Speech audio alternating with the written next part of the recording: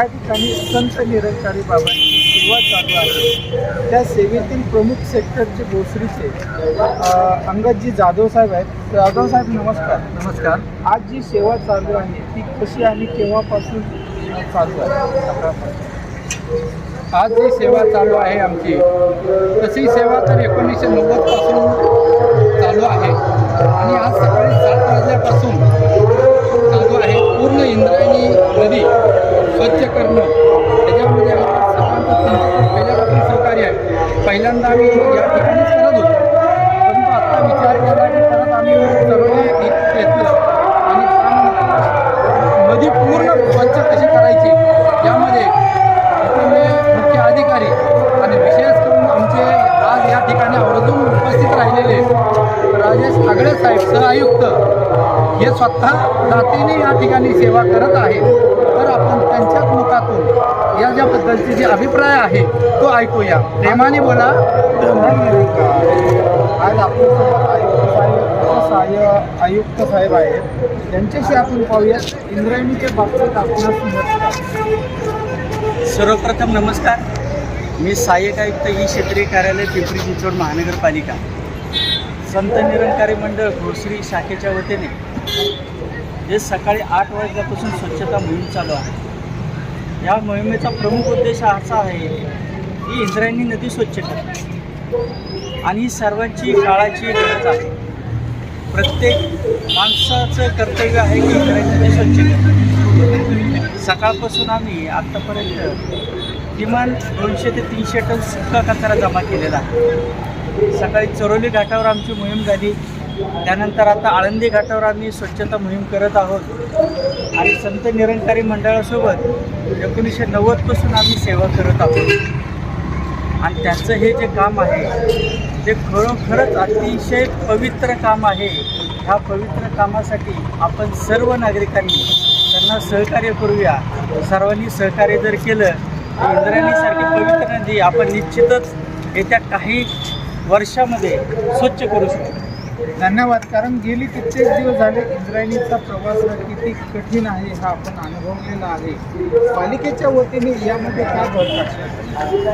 महापालिकेच्या वतीने वेळोवेळी स्वच्छता मोहीम राबवली जाते। याशिवाय जनजागृती घराघरात जाऊन आम्ही करतो की इंद्रायणी नदीमध्ये अस्वच्छ करू नका, निर्माल्य नदीत न टाकता निर्माल्य कुंडात जमा करा।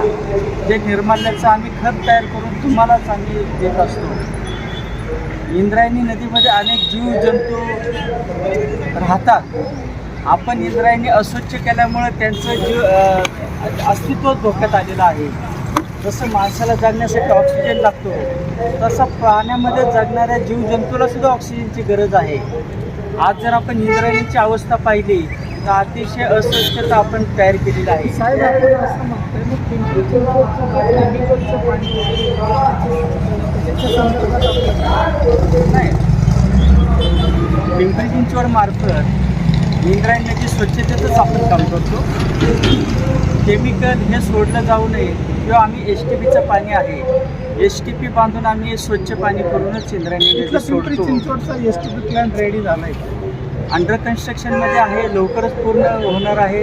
शहरातलं कुठल्याही ड्रेनेजचं पाणी इंद्रायणीमध्ये जाणार नाही याचं आम्ही पूर्णपणे नियोजन केलेलं आहे। काय झालं माऊलीमध्ये लाखो वारकरी या ठिकाणी तीर्थदर्शन करतात, त्या आरोग्याला हानिकारक होतं म्हणून इच्छा दिवस आहे स्वच्छ जल आणि स्वच्छ मन पाहिजे यासाठी तुम्हाला विचारणा केली। आपण जी उत्तरं दिली त्याबद्दल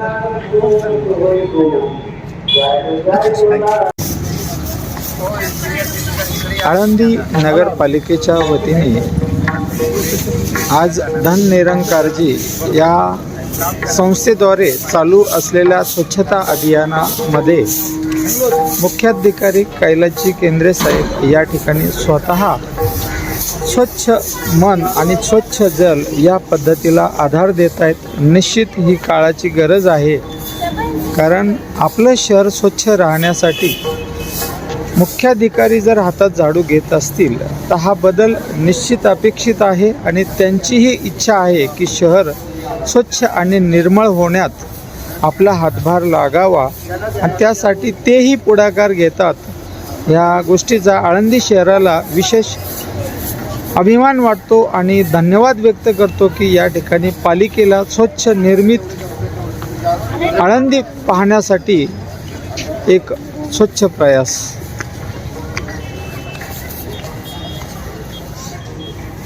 इंद्रायणी स्वच्छता अभियान करताना स्वच्छ जल स्वच्छ मनाच्या कार्यामध्ये पालिकेतील मुख्याधिकारी कैलासजी केंद्रे यांच्या वतीने स्वतः स्वच्छता अभियान करताना आपण पाहताय.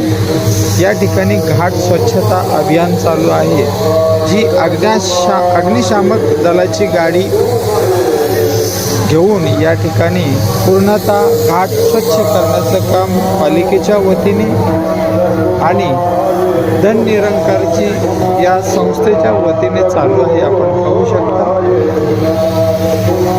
स्वच्छ जल स्वच्छ मन.